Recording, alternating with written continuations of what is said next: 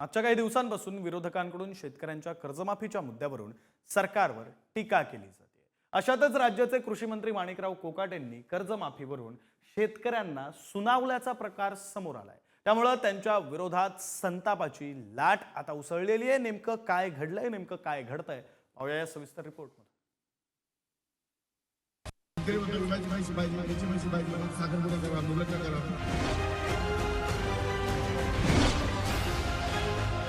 बळीराजाचा अपमान करण्याची एकही संधी कृषी मंत्री माणिकराव कोकाटे सोडत नाहीये। जगाच्या पोशिंद्याला भिकारी म्हटल्यानंतर आता त्यांनी पुन्हा एकदा शेतकऱ्यांच्या जखमांवर मीठ चोळलंय।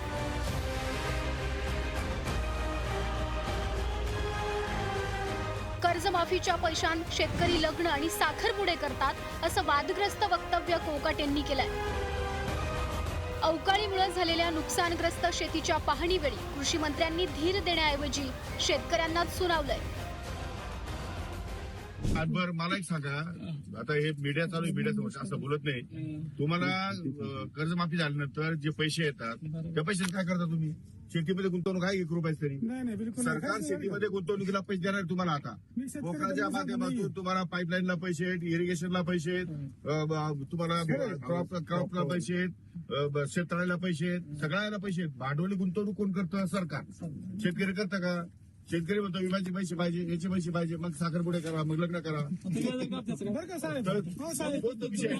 रोज जॅकेट बदलणाऱ्या मंत्र्याला शेतकऱ्याचा फाटका सदरा कधी दिसणार? त्यांना हे सुद्धा माहिती नाही की जी काय कर्जमाफी केली जाते काय ती काय शेतकऱ्याच्या खात्यात डायरेक्ट जात नसते, नाही तर त्यांच्या हातात येत नसते की जेणेकरून शेतकरी खर्च करेल। ते बँकेचं लोन जे असतं ते ऍडजस्ट केलं जातं।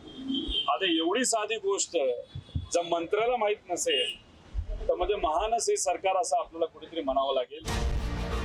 कृषी मंत्रीपदी वर्णी लागल्यापासून माणिकराव कोकाटे सातत्यानं शेतकऱ्यांना उपदेशाचे डोस पाजतात। मात्र त्यांचीच अवस्था लोकांसांगे ब्रह्मज्ञान, स्वतः मात्र कोरडे पाषाण अशी झाली आहे। कारण हेच माणिकराव कोकाटे 3 घटनांमुळे वादात सापडलेत। नाशिक जिल्हा बँकेच्या कर्ज वाटपात 182 कोटींच्या अनियमितता प्रकरणी कोकाटेंसह 25 माजी संचालकांवर ठपका आहे।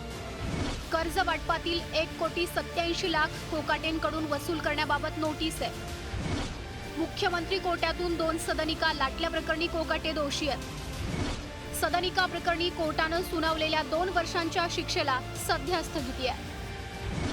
पुण्यातील कृषी महाविद्यालयात माणिकराव कोकाटेंसाठी 2 कोटी रुपये खर्चून कार्यालय तयार करणार आहेत। कोकाटेंच्या कार्यालयाला विद्यार्थी प्राध्यापकांसह राजकीय नेत्यांचा विरोध आहे।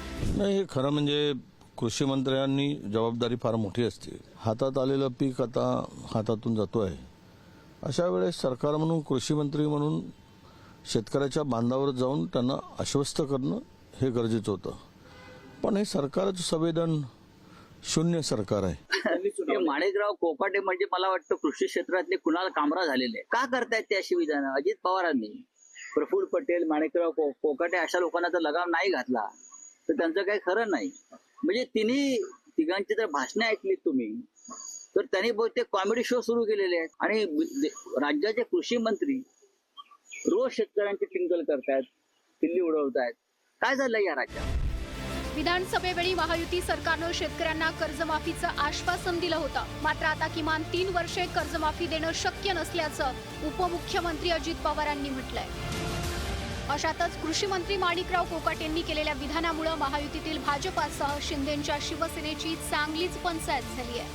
कृषी मंत्र्यांनी असं स्टेटमेंट करणं मला वाटतं ते योग्य नाहीये।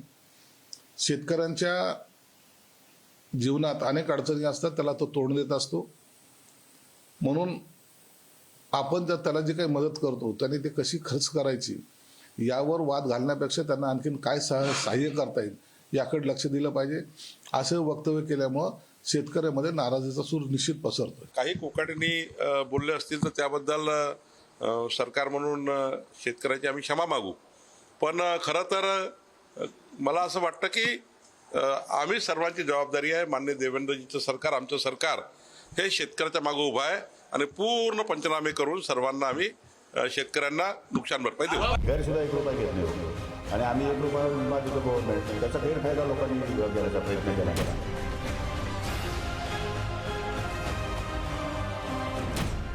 भिकारीही 1 रुपया घेत नाही, पण आम्ही शेतकऱ्यांना पीक विमा दिला असं डोक्यात तिडीक जाणारं विधान माणिकराव कोकाट यांनी केलं होतं.